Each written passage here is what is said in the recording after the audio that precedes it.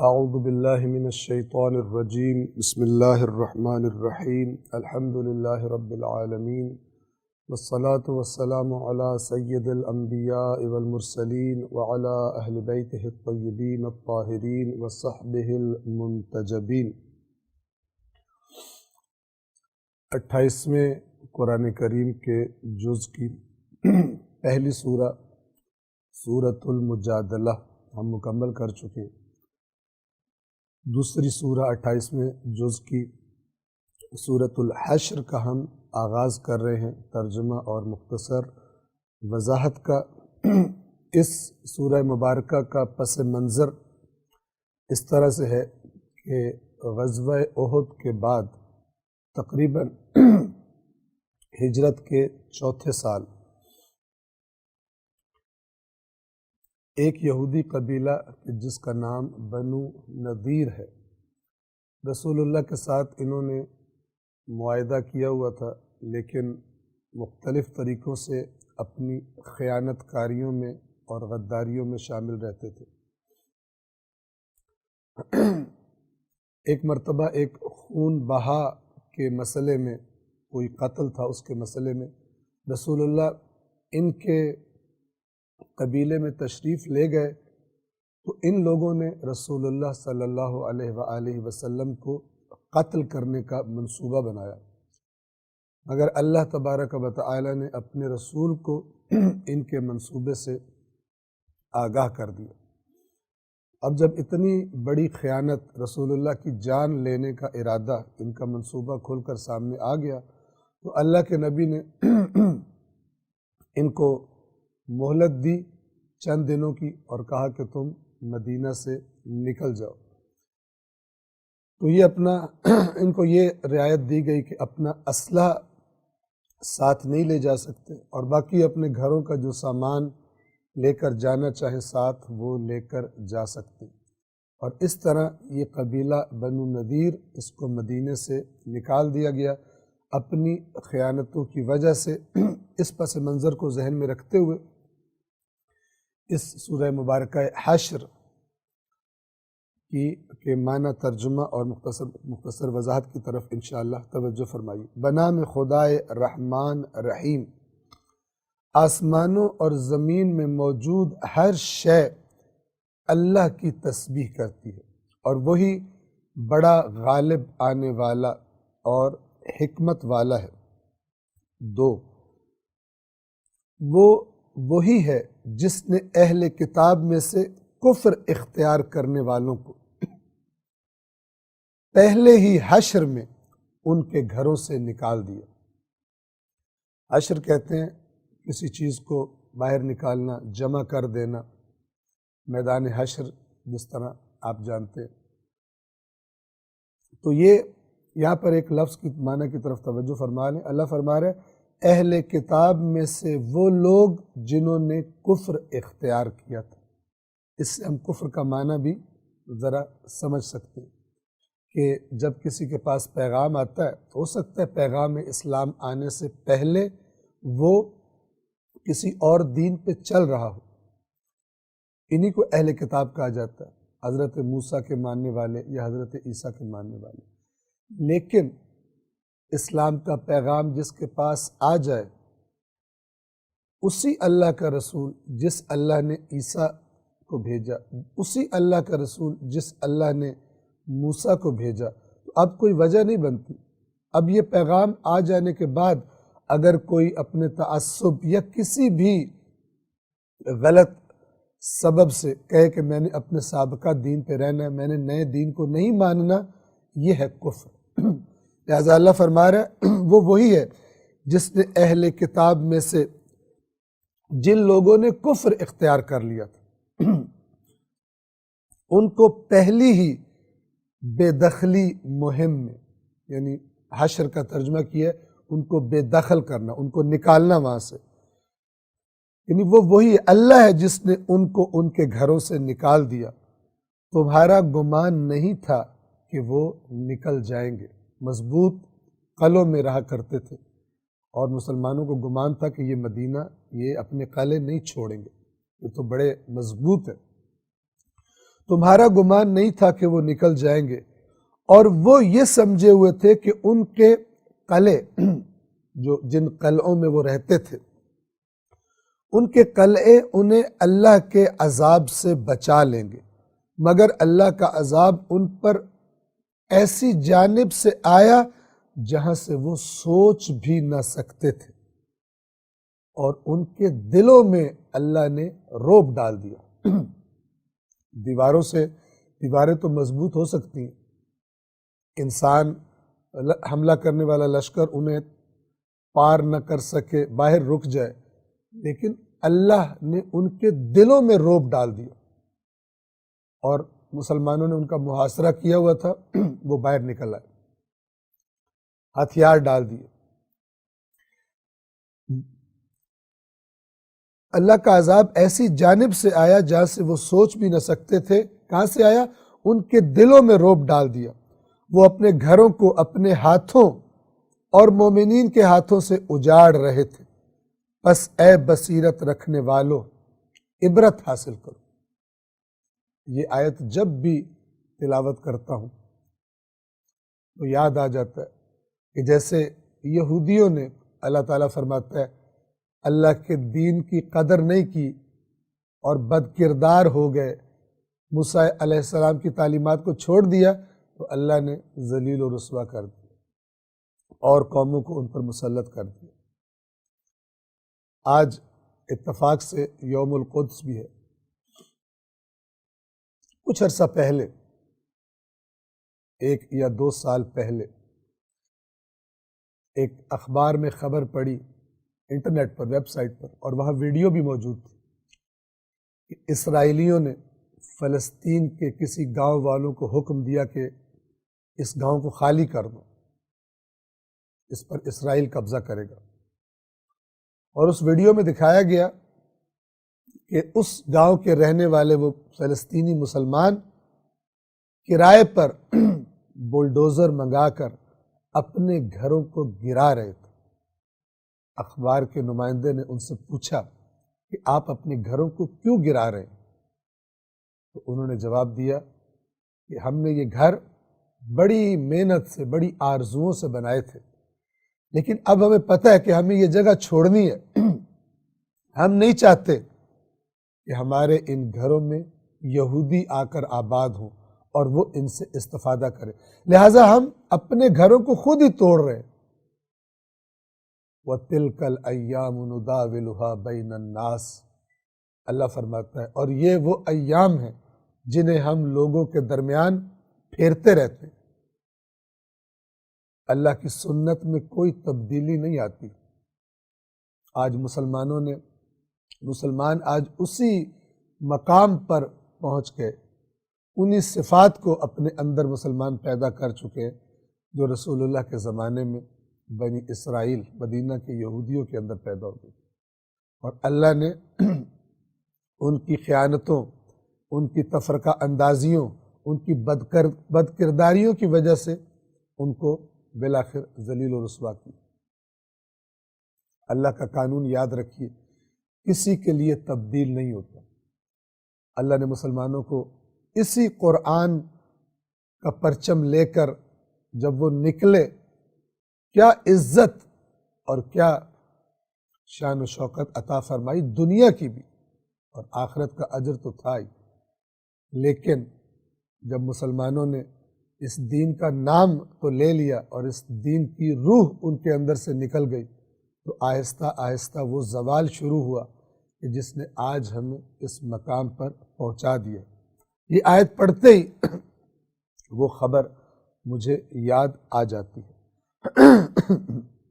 کیونکہ اس کے لفظ وہی ہیں، وہ اپنے گھروں کو اپنے ہاتھوں اور مومنین کے ہاتھوں سے اجاڑ رہے تھے۔ تو اے بصیرت رکھنے والو، عبرت لو۔ اور اگر اللہ نے ان پر جلا وطنی لکھ نہ دی ہوتی تو انہیں دنیا میں ضرور عذاب دیتا، اور آخرت میں تو ان کے لیے ہے ہی جہنم کا عذاب۔ اللہ نے دنیا میں اس قبیلے کے لیے یہ سزا، اس کا فیصلہ کیا کہ ان کو مدینہ سے جلا وطن کر دیا جائے۔ 4، یہ کیوں ہوا؟ یہ اس لیے کہ انہوں نے اللہ اور اس کے رسول کے ساتھ دشمنی کی، اور جو اللہ سے دشمنی کرے گا تو اللہ یقیناً شدید عذاب دینے والا ہے۔ اللہ کے دشمنوں کا یہی انجام ہوتا ہے۔ 5، یہ عبرت کی باتیں ہیں۔ یہ یہودی وہ قوم ہے کہ جن کے بارے میں قرآن نے بتایا اللہ نے تمہیں فضیلت دی، تمہیں تورات دی، تمہارے اندر نبوت رکھی، کیا کیا نعمتیں، کیا کیا معجزات تمہیں دیے، لیکن تم نے دین کو تحریف کر کے جب خرابیاں شروع کی، اب کیا ہو گیا؟ یہ اس لیے کہ انہوں نے اللہ اور اس کے رسول سے دشمنی کی۔ اور میں بار بار عرض کیا کرتا ہوں کہ کس رسول سے دشمنی کی؟ جس کا اپنی کتابوں کے مطابق انتظار کر رہے تھے، سالوں صدیوں سے انتظار کر رہے تھے کہ آخری رسول اللہ کا آنے والا ہے اور ہم سب سے پہلے اس پر ایمان لائیں گے۔ لیکن جب کوئی قوم کرپٹ ہو جاتی ہے، نافرمان ہو جاتی ہے، پھر جب امتحان کا وقت آتا ہے تو فیصلہ وہی ہوتا ہے جو بے ایمان لوگ کیا کرتے ہیں۔ ایمانداروں والے فیصلے پھر وہ قوم نہیں کر سکتی۔ یہ سب قرآن کی عبرتیں ہیں۔ 5، مسلمانوں سے خطاب ہے، تم لوگوں نے کھجور کے جو درخت کاٹ ڈالے یا انہیں اپنی جڑوں پر قائم رہنے دیا، یہ سب اللہ کے حکم سے تھا، اور اس لیے بھی تاکہ فاسقوں کو رسوا کیا جائے، یعنی یہودیوں کو۔ یہ کیا ہوا تھا کہ جب مسلمانوں نے ان کے قلعے کا محاصرہ کیا تو وہاں پر بہت سارے درخت تھے۔ اب کچھ درخت اس محاصرے کے آڑے آ رہے تھے، تو اس جنگی ضرورت کے لیے ان درختوں کو کاٹ دیا گیا، اور جو آڑے نہیں آ رہے تھے ان کو نہیں کاٹا گیا۔ اس پر یہودیوں نے بھی اور مدینہ کے منافقوں نے بھی رسول اللہ کے خلاف اور ان کے ساتھیوں کے خلاف پروپیگنڈا شروع کر دیا کہ یہ لوگ تو زمین میں فساد برپا کر رہے ہیں، درختوں کا کیا قصور ہے، درخت کیوں کاٹ رہے ہیں؟ آپ دیکھیں بے ایمانوں کا پروپیگنڈا کیسے ہوتا ہے۔ اللہ نے فرمایا یہ جو تم نے کاٹے اور جو تم نے چھوڑے اللہ کا حکم تھا، اور یہ اس لیے بھی تھا تاکہ فاسق رسوا ہو جائیں اور ان کو ذلیل ہو کر نکلنا پڑے باہر۔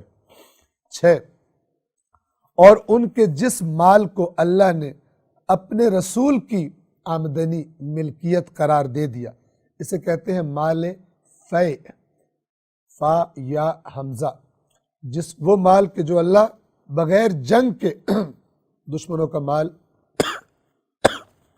اپنے نبی کی ملکیت میں دے دیتا ہے، اور اس کی تقسیم پھر اس آیت میں کچھ بتائی گئی جس کی تفصیلات فقہ کی احکام کی کتابوں میں موجود ہے۔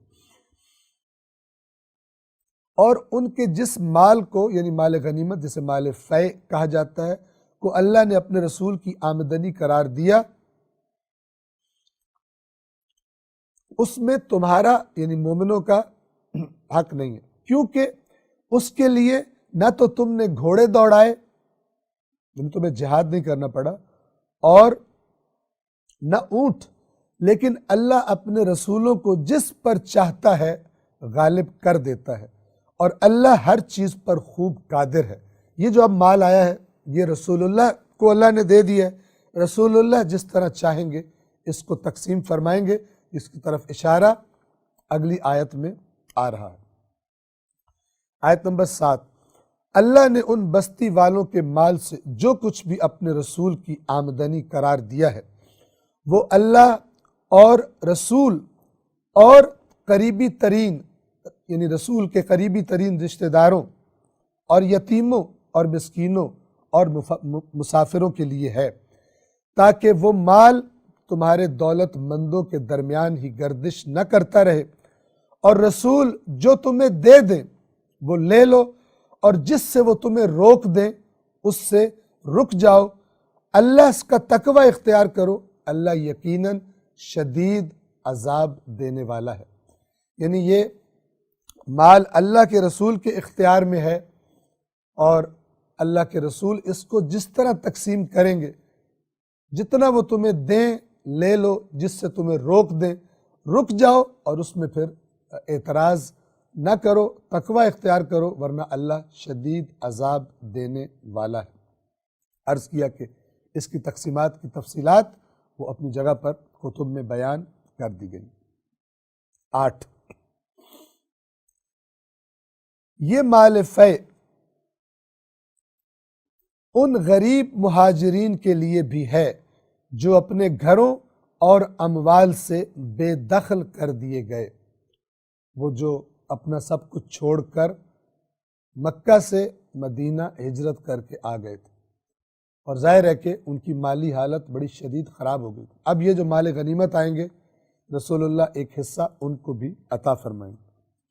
ان غریب مہاجرین کے لیے بھی ہے جو اپنے گھروں اور اموال سے بے دخل کر دیے گئے، اور جو اللہ کے فضل اور اس کی رضا کے طلبگار تھے، یعنی یہ جو انہوں نے گھر چھوڑا تھا، مکہ سے مدینہ آئے تھے، یہ کوئی دنیا کے لیے نہیں آئے تھے، یہ فقط اللہ کی رضا کے لیے آئے تھے، اور اللہ اور اس کے رسول کی مدد کرتے ہیں، یعنی دین کی مدد کرنے کے لیے انہوں نے ہجرت کی تھی۔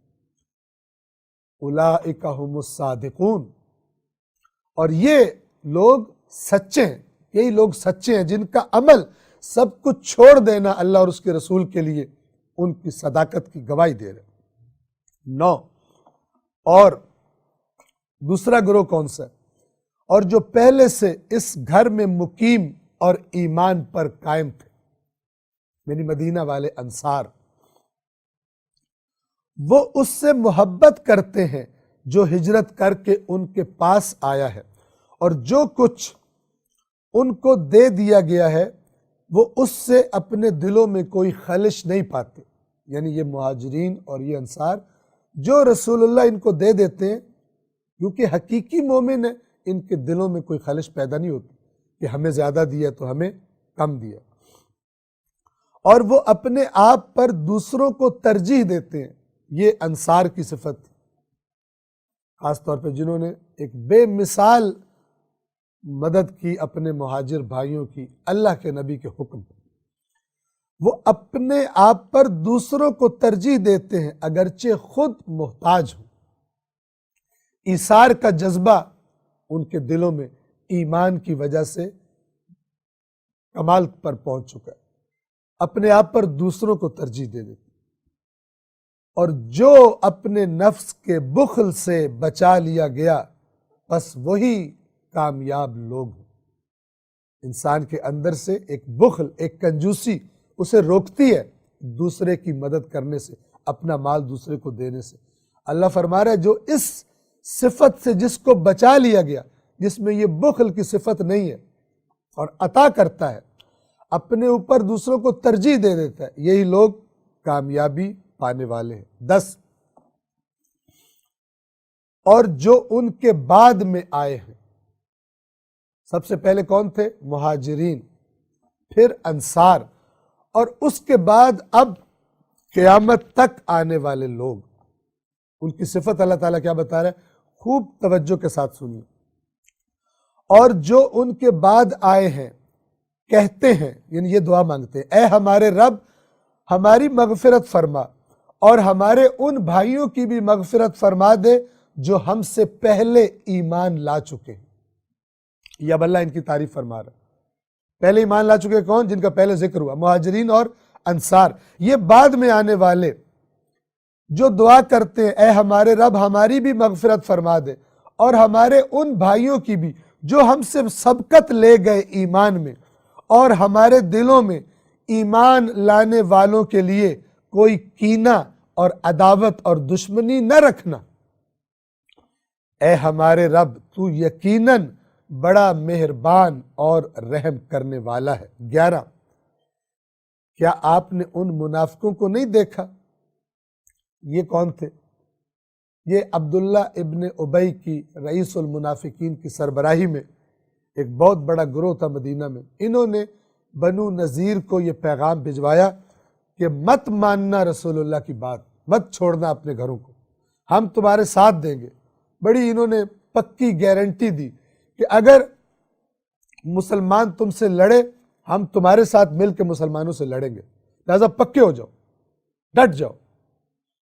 ایسے ہوتے ہیں شیطان منافق، اور اگر تم مدینے سے نکالے گئے ہم بھی مدینہ تمہارے ساتھ چھوڑ دیں گے۔ اللہ ان منافقوں کی حالت بیان فرما رہا ہے۔ انہوں نے پہلے ان سے وعدے کیے، پھر جب ان کا بیڑا غرق ہو گیا تو نہ جنگ کی نہ ان کے ساتھ مدینہ چھوڑا ان بے ایمان منافقوں نے،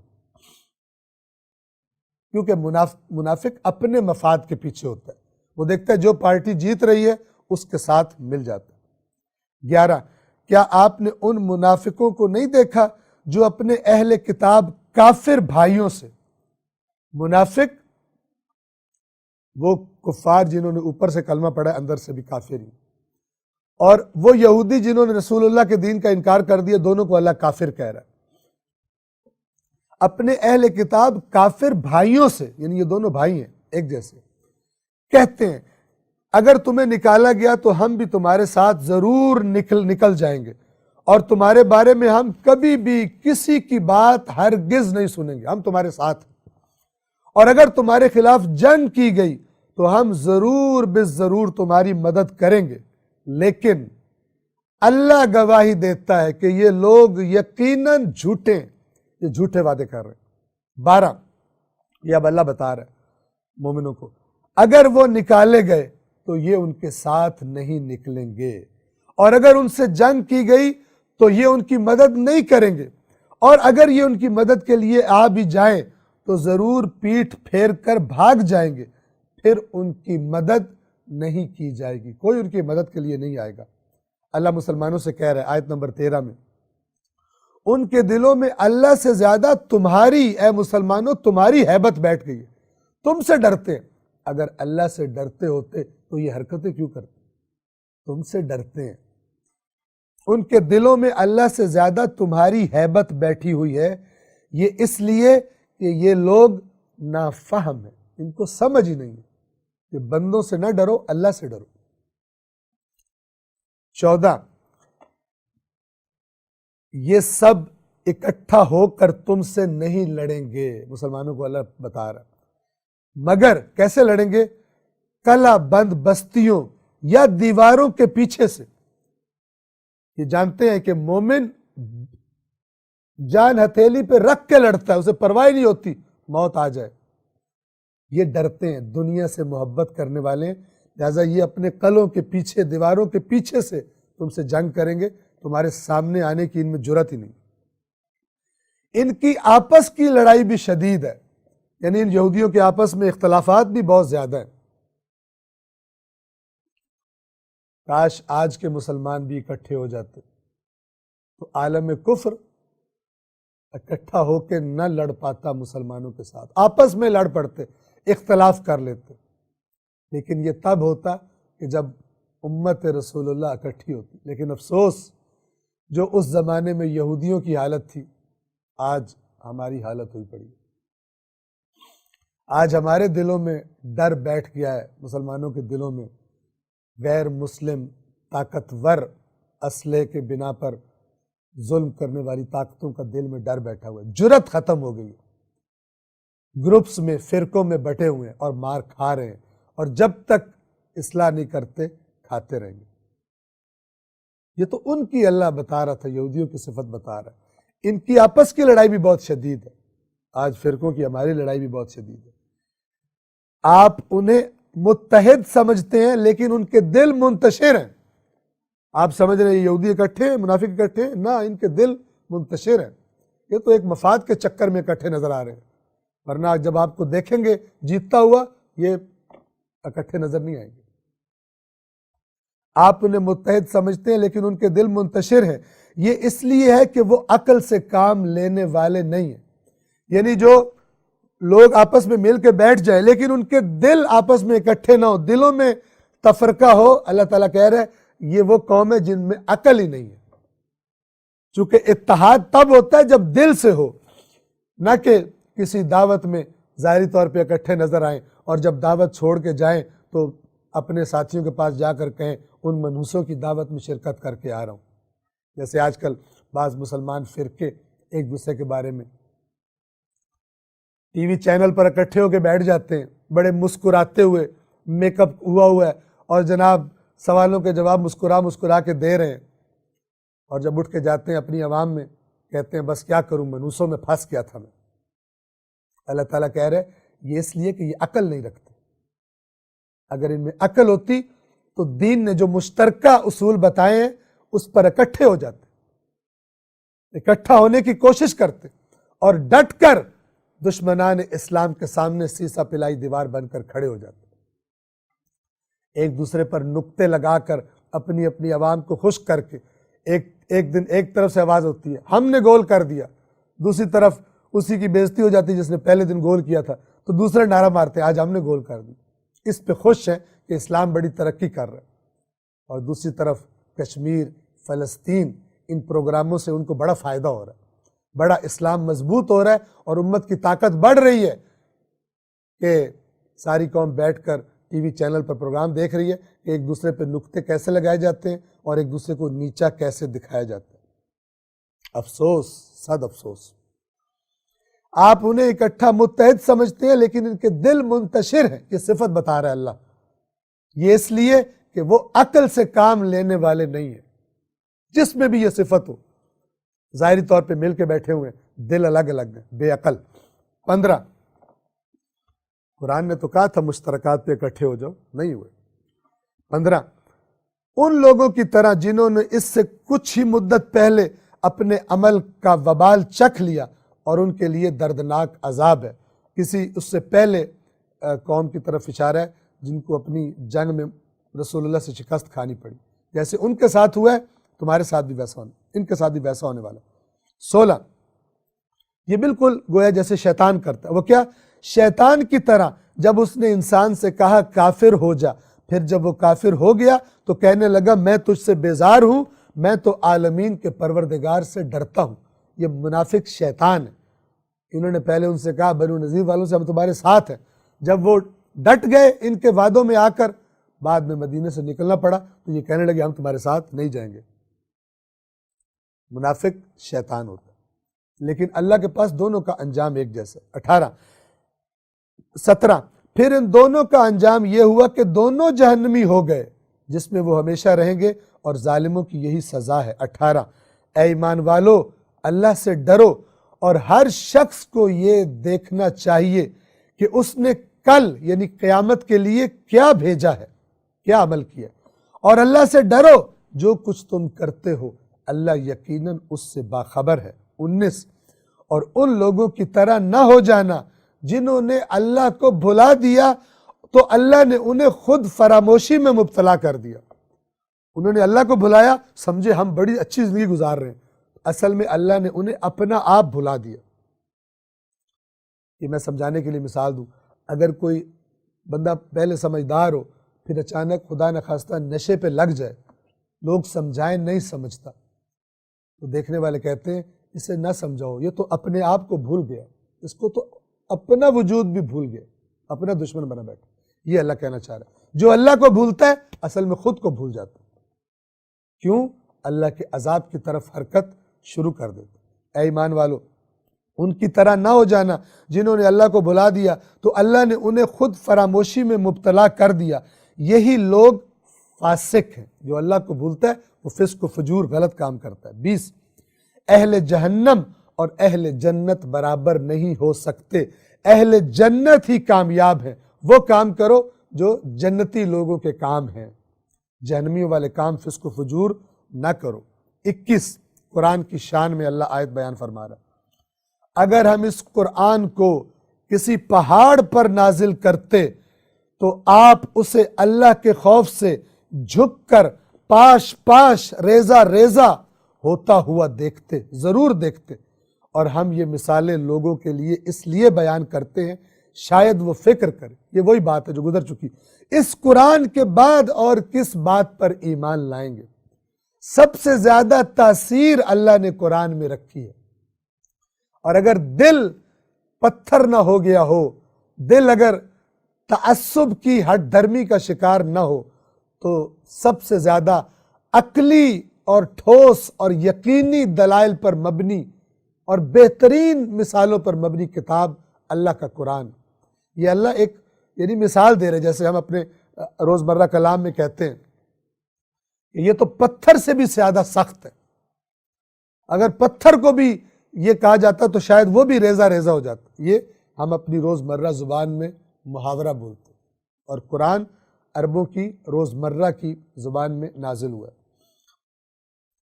کہ پہاڑ پاش پاش ہو جاتا آپ دیکھتے، لیکن ان کے دل ایسے سخت ہیں کہ ان پر قرآن کا اثر نہیں ہو رہا۔ ہمارے لیے بھی یوں ہی ہے، اگر دل آیات قرآن کا ہمارے دلوں کے ساتھ کنیکشن قائم نہیں ہوتا اور ہمارے دلوں پہ اثر نہیں ہوتا، حالت ہماری بھی خطرناک ہے۔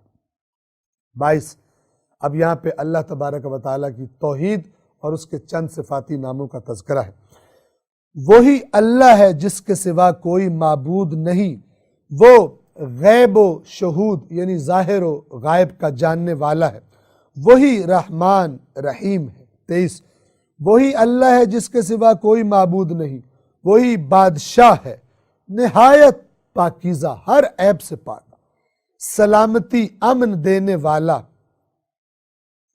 سلامتی دینے والا، امان دینے والا، نگہبان، بڑا زبردست، بڑی طاقت والا، بڑا غالب آنے والا، عزیز، بڑی طاقت والا، جبار، المتکبر، تکبر والا، کبریائی والا۔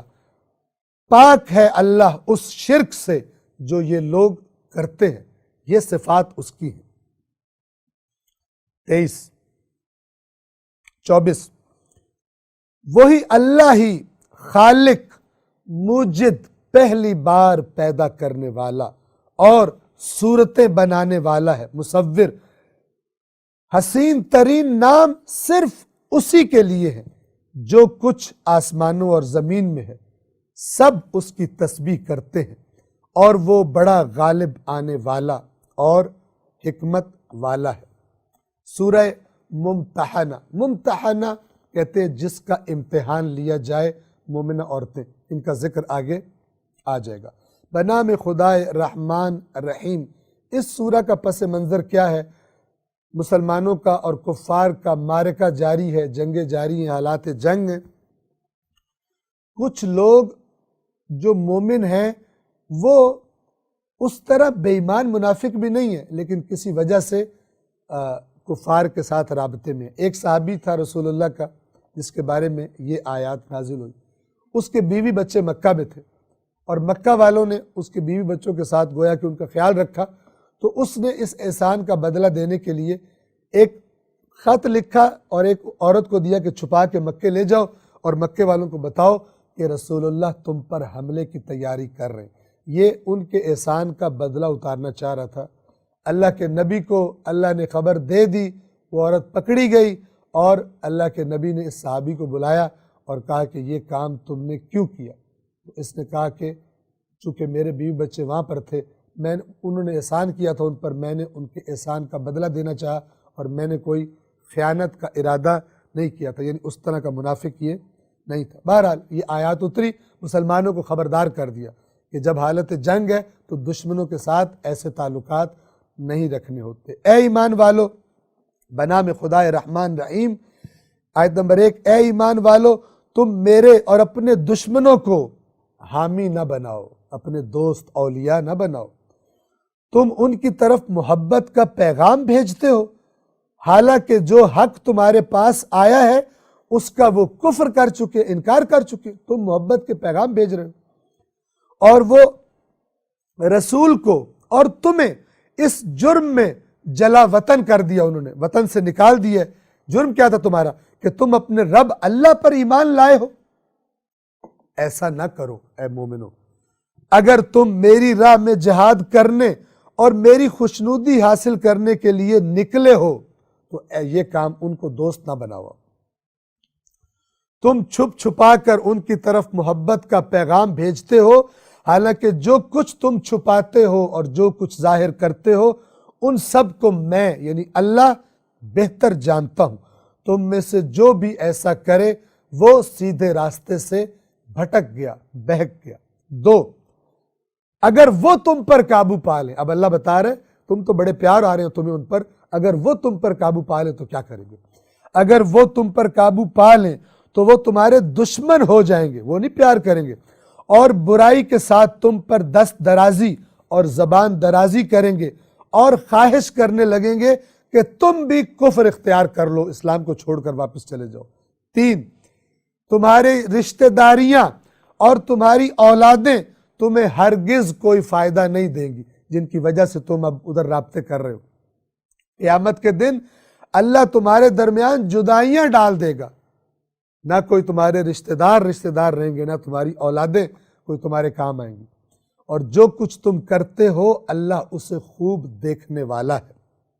4، تم لوگوں کے لیے ابراہیم علیہ السلام اور ان کے ساتھیوں میں بہترین نمونہ ہے، جب ان سب نے اپنی قوم سے کہا ہم تم سے اور اللہ کے سوا جنہیں تم پوجتے ہو ان سے بیزار ہیں۔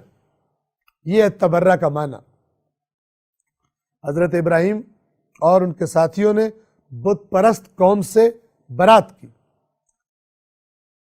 ہم تم سے اور اللہ کے سوا جنہیں تم پوجتے ہو ان سب سے بیزار ہیں، ہم نے تمہارے عقائد کا کفر کر دیا، ہم تمہارے مشرکانہ عقائد کو نہیں مانتے، اور ہمارے اور تمہارے درمیان ہمیشہ کے لیے بغض اور عداوت ظاہر ہو گئی ہے۔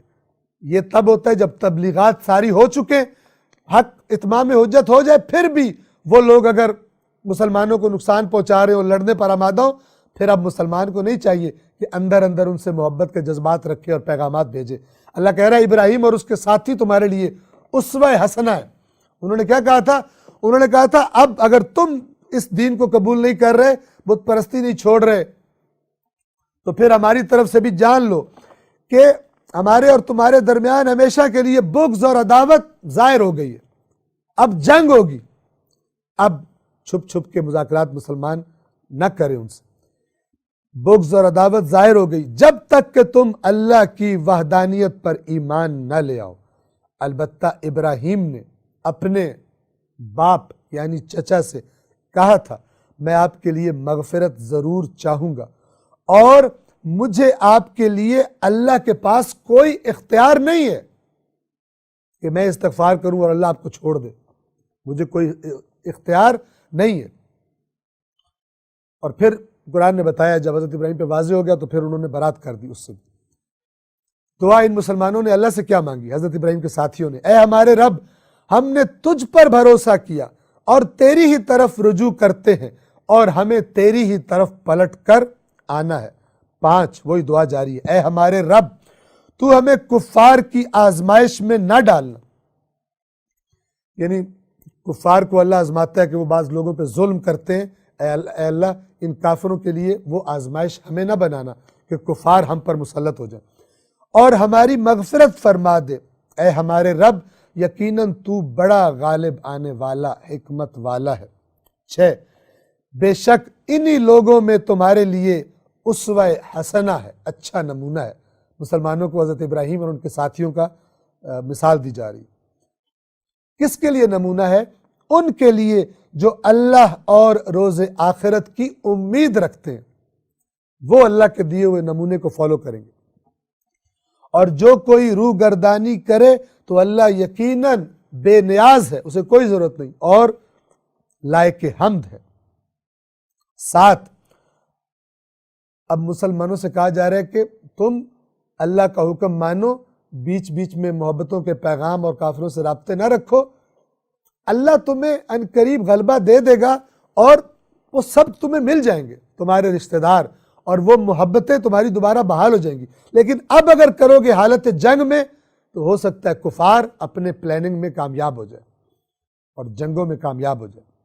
ابھی محبتیں نہ جتاؤ، ابھی اللہ کی بات مانو۔ ممکن ہے کہ اللہ تمہارے اور ان لوگوں کے درمیان جن سے تم اب دشمنی کر رہے ہو محبت پیدا کر دے، جب تم جیت جاؤ گے نا تو وہ خود ہی تمہارے سامنے آ جائیں گے، خود ہی چاہیں گے تمہارے ساتھ دوستیاں کریں۔ ابھی نہ کرو، حالت کفر میں وہ مسلط ہو گئے تو وہ تمہیں بھی واپس کافر بنا دیں گے۔ پوری پالیسی اب یہاں پہ کفار کے ساتھ ریلیشن شپ کیسی ہونی چاہیے؟ وہ جو جنگ میں ہے، اسلام کے دشمن ہیں، سازشیں کرتے ہیں، ان کے ساتھ کیا رویہ ہونا چاہیے؟ اور وہ کہ جو ہیں تو کافر غیر مسلم لیکن مسلمانوں کے ساتھ جنگ نہیں کرتے، ان کے ساتھ کیا رویہ ہونا چاہیے؟ ان آیات میں اللہ نے بتایا۔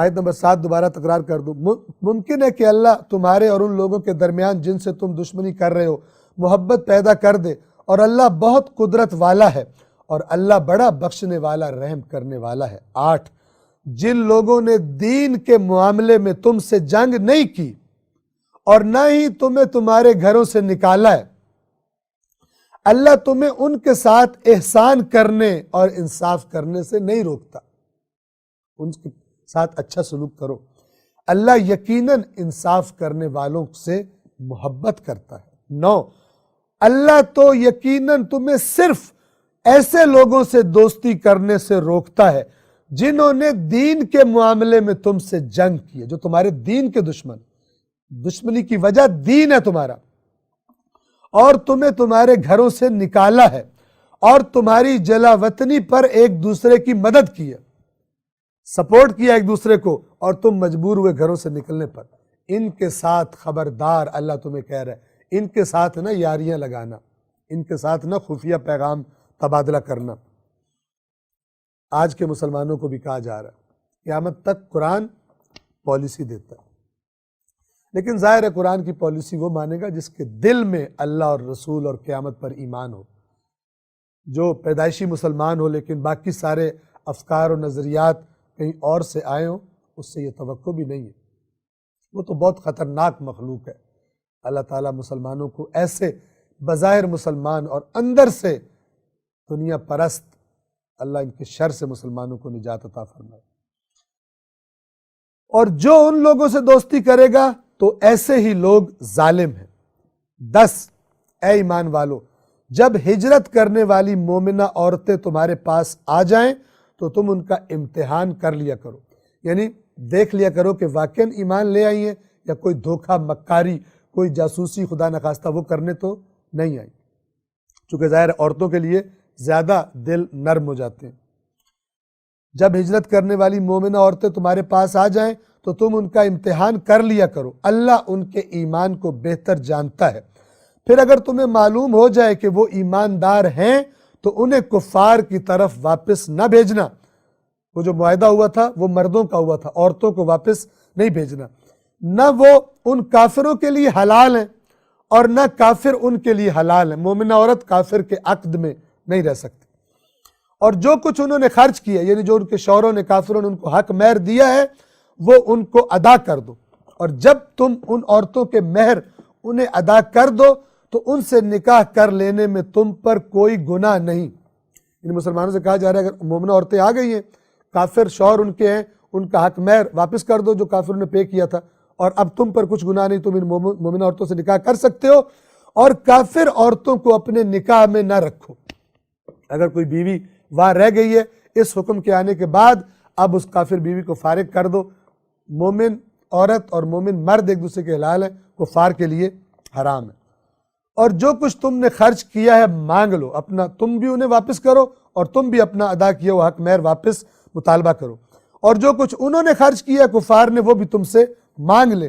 یہ اللہ کا حکم ہے، وہ تمہارے درمیان فیصلہ کرتا ہے، اور اللہ بڑا علم رکھنے والا، حکمت والا ہے۔ 11، اور اگر تم میں سے یعنی تمہاری کوئی بیوی، کوئی عورت نکل کر کفار کی طرف چلی جائے، پھر تمہاری باری آ جائے یعنی مال غنیمت لینے کی، تو یعنی مسلمانوں کے پاس مال غنیمت آئے، تو ایسے افراد جن کی بیویاں کفر اختیار کر کے چلی گئی ہیں واپس کافروں کی طرف، تو جن لوگوں کی بیویاں چلی گئی ہیں انہیں اتنا مال ادا کرو جتنا ان لوگوں نے خرچ کیا ہو، یعنی تاکہ وہ اور بیوی کو حق مہر دے کر اس سے نکاح کر لیں۔ بڑے مال کی کمی کے ایام تھے، کچھ نہیں ہوتا تھا، اور اس اللہ سے ڈرو جس پر تم ایمان رکھتے ہو۔ 12، اے نبی، اب رسول اللہ سے خطاب ہے، جب مومنہ عورتیں اس بات پر آپ سے بیعت کرنے کے لیے آپ کے پاس آئیں کہ وہ اللہ کے ساتھ کسی کو شریک نہیں ٹھہرائیں گی، یہ بتایا جا رہا ہے کہ ان چیزوں پر اے رسول آپ نے عورتوں سے بیعت لینی ہے کہ جو کہیں کہ ہم آپ کی بیعت کرنا چاہتی ہیں۔ کس بات پر، کس کس بات پر بیعت کریں گی؟ کہ وہ اللہ کے ساتھ کسی کو شریک نہیں ٹھہرائیں گی، نہ چوری کریں گی، نہ زنا کا ارتکاب کریں گی، یہ برائی عام تھی، اور نہ اپنی اولاد کو قتل کریں گی، یعنی جب حمل ٹھہر جاتا تھا تو بچے ضائع کروانا اور انہیں قتل کر دینا، تاکہ چونکہ شادیاں نہیں ہوتی تھی، زنا ہوتا تھا، اور نہ اپنے ہاتھ پاؤں کے آگے کوئی بہتان گھڑ کر لائیں گی، یعنی کسی اور کا بچہ ہوتا تھا، کہتی تھی یہ تو اس کا بچہ ہے، جھوٹ گھڑ لیتی تھی، یہ حرکتیں اب یہ عورتیں نہیں کریں گی، اس پر آپ ان سے بیعت لیں گے، اور نیک کاموں میں اے رسول آپ کی نافرمانی نہیں کریں گی، اگر اس بات پر آپ کی بیعت کریں تو ان سے بیعت لے لیں اور ان کے لیے اللہ سے مغفرت طلب کریں، اللہ یقیناً بخشنے والا مہربان ہے۔ 13ویں اور آخری آیت سورہ ممتحنہ، یہ ممتحنہ وہ عورتیں جن کا امتحان لیا جائے گا کہ وہ واقعاً مومن ہے یا مومن نہیں ہے۔ اے ایمان والو، اس قوم سے دوستی نہ رکھو جس پر اللہ غضبناک ہوا ہے، جو آخرت سے اس طرح مایوس ہیں جیسے کفار اہل قبور سے مایوس ہیں، جیسے کافروں کو یقین ہے نا کہ قبروں والے مر گئے اب واپس نہیں آئیں گے، ان لوگوں سے دوستی نہ رکھو جو آخرت سے کافروں کی طرح مایوس ہیں، اور وہ کون ہے؟ منافق۔ تم ان منافقوں کے ساتھ دوستیاں نہ رکھو، ان سے بچ کر رہو۔ سورہ صف، بنام خدائے رحمان رحیم، جو کچھ آسمانوں اور جو کچھ زمین میں ہے سب اللہ کی تسبیح کرتے ہیں، اور وہ بڑا غالب آنے والا حکمت والا ہے۔ ساری کائنات کا ذرہ ذرہ اپنے خالق کی تسبیح کرتا ہے۔ 2، یہ سورت کا آغاز ہے اللہ کی تعریف کے ساتھ، اے ایمان والو تم وہ بات کہتے کیوں ہو جو کرتے نہیں۔ یہ جہاد کے بارے میں بات ہو رہی ہے بنیادی طور پر، ویسے تو ہر جگہ بندہ جو کہے اس کا عمل اس کی بات کی تصدیق نہ کرے تو اس آیت کی زد میں آتا ہے۔ وہ اللہ کو یہ انتہائی ناپسند ہے کہ وہ کہے انسان جو اس نے کرنا نہیں ہے۔ ہو رہا کیا تھا؟ کچھ منافق کہتے تھے ہم جہاد کریں گے، اور جب ٹائم آتا تھا بہانے بنا کر بھاگ جاتے تھے۔ اب چونکہ یہ سب مسلمانوں کے اندر ہی مکس تھے، ان پوری جماعت کو اللہ پکارتا ہے اے ایمان والو کہہ کر، کہہ رہا ہے کہ یہ جو تم نے دعویٰ کیا ہے کہ تم ایمان لے آئے ہو، تو پھر یہ کیا کہ جو کہتے ہو وہ کرتے نہیں۔ اے ایمان والو تم وہ بات کہتے کیوں ہو جو کرتے نہیں ہو۔ 3، اللہ کے نزدیک یہ بات سخت ناپسندیدہ ہے کہ تم وہ بات کہو جو بات تم کرتے نہیں ہو۔ 4، بے شک اللہ ان لوگوں سے محبت کرتا ہے جو اس کی راہ میں صف بستہ ہو کر اس طرح لڑتے ہیں گویا وہ سیسا پلائی ہوئی دیوار ہے، مرصوص، وہی سیسے کے ساتھ جس کو مضبوط کر دیا جاتا ہے، ایسی دیوار جو توڑی نہیں جا سکتی۔ اللہ ان کو پسند کرتا ہے جو دشمن کے سامنے ڈٹ جاتے ہیں ایسی دیوار کی طرح جو نہیں ٹوٹے گی۔ کیوں کہتے ہو ہم جہاد کریں گے اور جب ٹائم آتا ہے تو نہیں کرتے۔ 5، اور جب موسیٰ نے اپنی قوم سے کہا، یعنی اللہ تعالیٰ بتا رہا ہے جو موسیٰ اور عیسیٰ جن قوموں کی طرف آئے جیسے انہوں نے تنگ کیا، تم اے مسلمانوں ایسا نہ کرو، تم اپنے رسول کا ساتھ دو۔ اور جب موسیٰ نے اپنی قوم سے کہا اے میری قوم تم مجھے کیوں اذیت دیتے ہو، کیوں مجھے تنگ کرتے ہو، حالانکہ تم جانتے ہو کہ میں تمہاری طرف اللہ کا بھیجا ہوا رسول ہوں۔ اب اللہ فرماتا ہے تو جب وہ ٹیڑھے ہو گئے، یعنی جب خود ٹیڑھے ہوئے موسیٰ کی بات نہیں مانی تو اللہ نے ان کے دلوں کو ٹیڑھا کر دیا۔ یہ اللہ کا قانون ہے جو ہم پیچھے کئی دفعہ بیان کر چکے۔ ان کے دلوں میں مرض ہے، اللہ نے مرض بڑھا دیا۔ یہ سبب انسان خود ہوتا ہے، اس کی اپنی بے ایمانی سبب بنتی ہے، اللہ کا قانون اسے اور بے ایمانیوں میں دھکیل دیتا ہے، اور اگر وہ نیکی کو چنے تو اللہ کا قانون اسے نیکیوں کی طرف توفیقات میں اضافہ ہو جاتا ہے اس کے لیے۔ تو جب وہ ٹیڑھے ہو گئے تو اللہ نے ان کے دلوں کو ٹیڑھا کر دیا، اور اللہ فاسق قوم کو ہدایت نہیں دیتا۔ یہاں بھی وہ اشارہ ہے، اللہ جو کہتا ہے جسے چاہتا ہے ہدایت دیتا ہے، یا کہہ رہا ہے اللہ فاسق کو ہدایت نہیں دیتا۔ سب آیتوں کو اکٹھا کریں تو پتہ چل جائے گا یہ جو اللہ کہتا ہے جسے چاہتا ہے ہدایت دیتا ہے، جسے چاہتا ہے گمراہ کرتا ہے، اس کا مطلب کیا ہے؟ فاسقوں ظالموں کو ہدایت نہیں دیتا، اور جو ہدایت کے طالب ہوں انہیں ہدایت دے دیتا ہے، جو ہٹ دھرم نہیں ہوتے۔ 6، اور جب عیسیٰ ابن مریم نے کہا اے بنی اسرائیل میں تمہاری طرف اللہ کا رسول ہوں اور اپنے سے پہلے تورات کی کتاب تورات کی تصدیق کرنے والا ہوں اور اپنے بعد آنے والے رسول کی خوشخبری دینے والا ہوں جس کا نام احمد ہوگا۔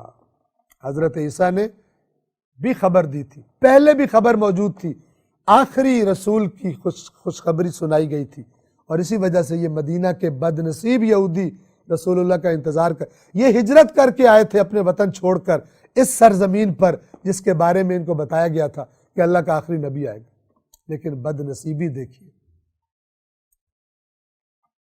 فسق و فجور، بے ایمانی، کرپشن، اللہ کی نافرمانی، یہ انسان کو اتنا خراب کر دیتی ہے کہ جب جس کا انتظار ہو رہا ہو جب وہ آتا ہے، وہ تو اللہ کا نمائندہ ہے، وہ تو تمہیں مفت کی جنت کی ٹکٹیں نہیں دے گا جیسی تمہارے بے ایمان علماء سو نے تمہارے پیسے کھا کر تمہیں بنا کر دے دیے، وہ تو وہی کہے گا نا جیسے قرآن کہہ رہا ہے۔ قرآن کی آیات نے جو جنت جانے کا طریقہ بتایا وہ بتائے گا، شارٹ کٹ تمہیں نہیں بتائے گا۔ تو جب ان بے ایمانوں کے پاس، یہودیوں کے پاس اللہ کا رسول آیا جس کا انتظار کر رہے تھے، رسول کی باتیں سن کے انہوں نے کہا یہ تو گھاٹا ہی گھاٹا ہے، یہ تو ہم نہ سود کھا سکتے ہیں، تو نہ ہماری، یہ تو کہتے ہیں جنت میں اس طرح نہیں جاؤ گے، تمہیں فلان کام کرنے پڑیں گے، یہ وہ رسول ہے ہی نہیں۔ اور یہی بات آخری امام مہدی علیہ السلام جب وہ تشریف لائیں گے تو ایسا ہی ہونے والا ہے، بے ایمان ان کو قبول نہیں کریں گے۔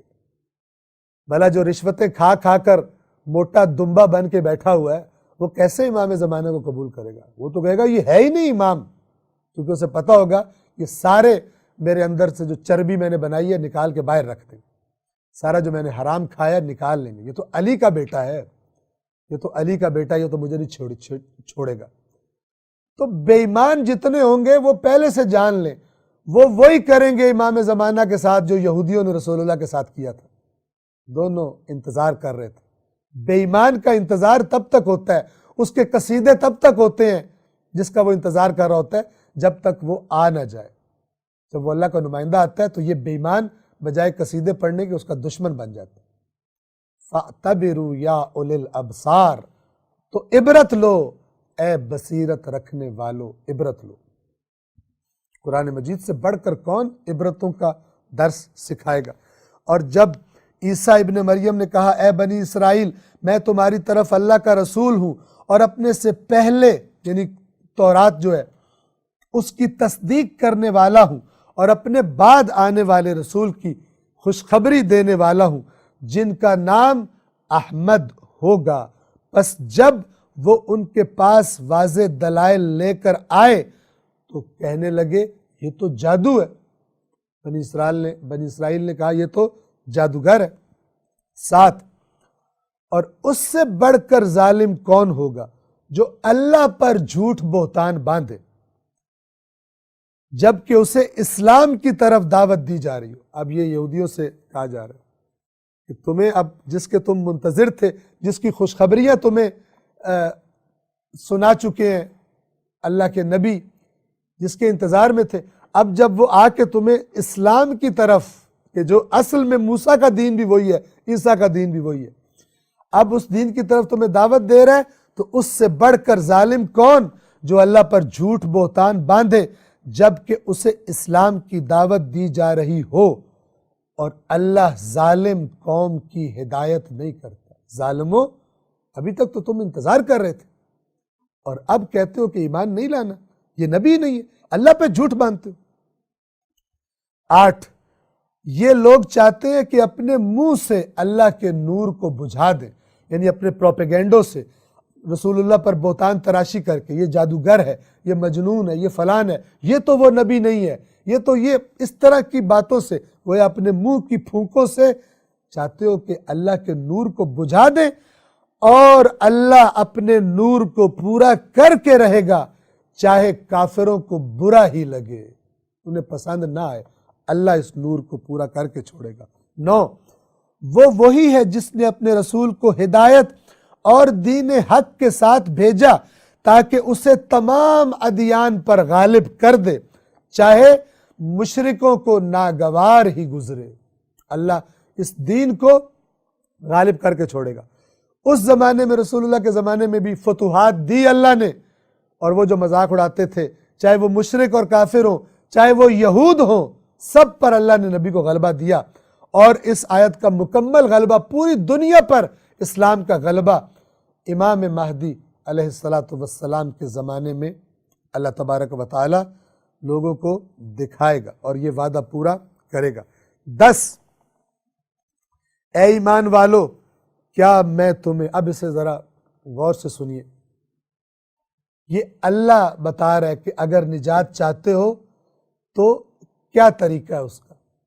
یہ قرآن ہے، اور وہ جو سنی سنائی جنت کی ٹکٹیں جیسے پہلی قوموں میں بے ایمان دین بتانے والے بیچتے تھے اور آج مسلمانوں میں بیچ رہے ہیں، ان کی باتوں کو ذرا ذہن میں رکھیے اور ذرا اللہ کو دیکھیے، سنیے کہ اللہ کیا کہہ رہا ہے۔ انشاءاللہ کہ قرآن اپنے سامنے آپ کے ہوگا اور آپ دیکھ رہے ہوں گے۔ سورۃ الصف آیت نمبر 10، اے ایمان والو، اللہ ایمان والوں سے ڈائریکٹ خطاب فرما رہا ہے۔ اے ایمان والو،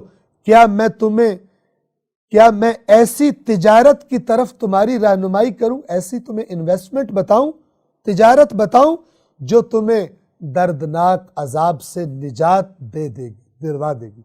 ایسی تجارت بتاؤں، ایسی انویسٹمنٹ بتاؤں۔ 11، کیا ہے وہ تجارت؟ یہ کہ تم اللہ پر اور اس کے رسول پر ایمان لے آؤ، دل سے مان لو۔ اور کیا ثبوت ہوگا دل سے ماننے کا؟ اور اپنی جانوں سے اور اپنے اموال سے اللہ کی راہ میں جہاد کرو۔ دین کی سربلندی کے لیے اپنی عقل، اپنی صلاحیتیں، اپنی خدمات، اپنے مال، اپنا وقت لگاؤ اللہ کے راستے میں۔ دنیا کے لیے نہیں تمہیں خلق کیا گیا کہ تم سمجھتے ہو بڑا ذہین ہوں میں، بڑا مال بنا رہا ہوں۔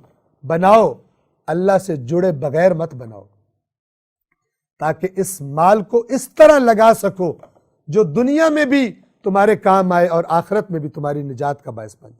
اللہ کہہ رہا ہے اپنی جانوں اور اپنے مالوں سے اللہ کی راہ میں جہاد کرو۔ اگر تم جان لو تو تمہارے لیے یہی بہتر ہے۔ اگر تمہیں سمجھ آئے تو اللہ کی بات، یہ تمہارے لیے بہتر ہے۔ ان قریب پچھتاؤ گے اگر یہ تجارت اللہ کے ساتھ تم نے نہ کی۔ اپنا سب کچھ خدا کی راہ میں لگاؤ، دین کو سربلند کرو، ورنہ صرف گزشتہ لوگوں کی قربانیاں اور کارنامے سن کر جو دین کے لیے انہوں نے کیے، صرف نعرے مارنے سے اور واہ واہ کرنے سے اللہ تعالیٰ تمہیں ان والا اجر نہیں دے گا۔ اللہ پر اور اس کے رسول پر ایمان لے آؤ اور اپنی جانوں اور اپنے اموال سے راہ خدا میں جہاد کرو۔ اگر جان لو تو یہی تمہارے حق میں بہتر ہے۔ کاش یہ بات سمجھ آئے۔ باقی جو ڈھکوسلے سنتا ہے انسان، ان کو چھوڑے، اللہ کی بات کو سنے کہ کیسے دردناک عذاب سے نجات ملے گی۔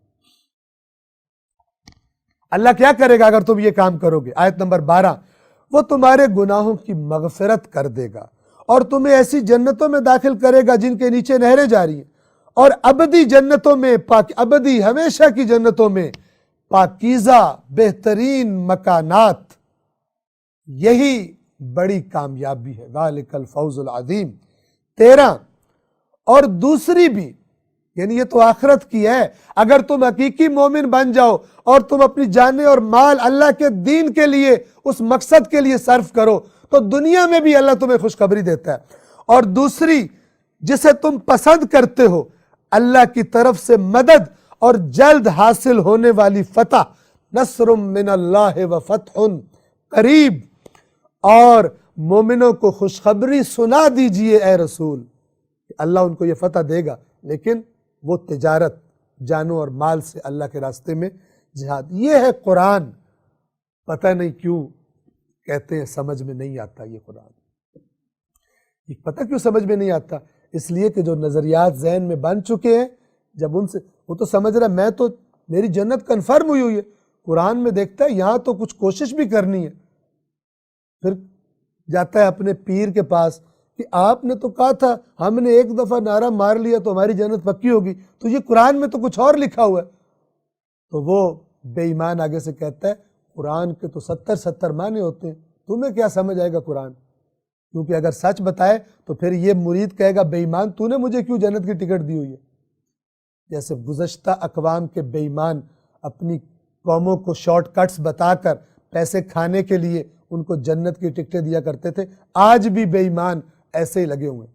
اور میں بے ایمان اس لیے کہتا ہوں کہ آیات قرآن کو کھول کر بیان نہیں کرتے کہ ادھر بھی تو دیکھو اللہ نے جنت کا کیا راستہ بتایا، پھر تمہیں جرت نہیں ہوگی کہ تم اس سے ہٹ کر کوئی راستہ جنت کا لوگوں کو بتاؤ کہ یہ کرو تو تم سیدھے جنت میں چلے جاؤ گے۔ ان قریب اللہ کی بارگاہ میں سب پیش ہونے والے ہیں۔ اور مومنوں کو خوشخبری دے دیجئے، آخری آیت سورہ صف کی آیت نمبر 14، اے ایمان والو اللہ کے مددگار بن جاؤ۔ ہم میں سے ہر ایک، میں آپ، ہم دیکھیں ہم کس کام سے اللہ کی مدد کر رہے ہیں، یا صرف اپنے پیٹ اور اپنی دنیا کی خواہشات کی مدد کر رہے ہیں؟ اللہ کی مدد کرو۔ اے ایمان والو اللہ کے مددگار بن جاؤ، جس طرح عیسیٰ ابن مریم نے حواریوں سے جو ان کے ساتھی تھے کہا کون ہے جو راہ خدا میں میرا مددگار بنے؟ حواریوں نے کہا ہم اللہ کے مددگار ہیں۔ تو بنی اسرائیل کی ایک جماعت تو ایمان لائی اور ایک جماعت نے کفر اختیار کر لیا، تو ہم نے ایمان لانے والوں کی ان کے دشمنوں کے مقابلے میں مدد کی اور وہ غالب ہو گئے۔ یہ اللہ کی سنت ہے، لیکن کب؟ جب اللہ کے نمائندے کی پکار پر دل سے لبیک کہا جائے اور جان و مال کے ساتھ لوگ اللہ کے نمائندے کی مدد کریں، اللہ تعالیٰ دنیا میں بھی فتح و نصرت کا وعدہ فرماتا ہے اور آخرت میں بھی نجات اور مغفرت اور ہمیشہ کی ابدی جنت کا وعدہ فرماتا ہے۔ السلام علیکم ورحمۃ اللہ وبرکاتہ۔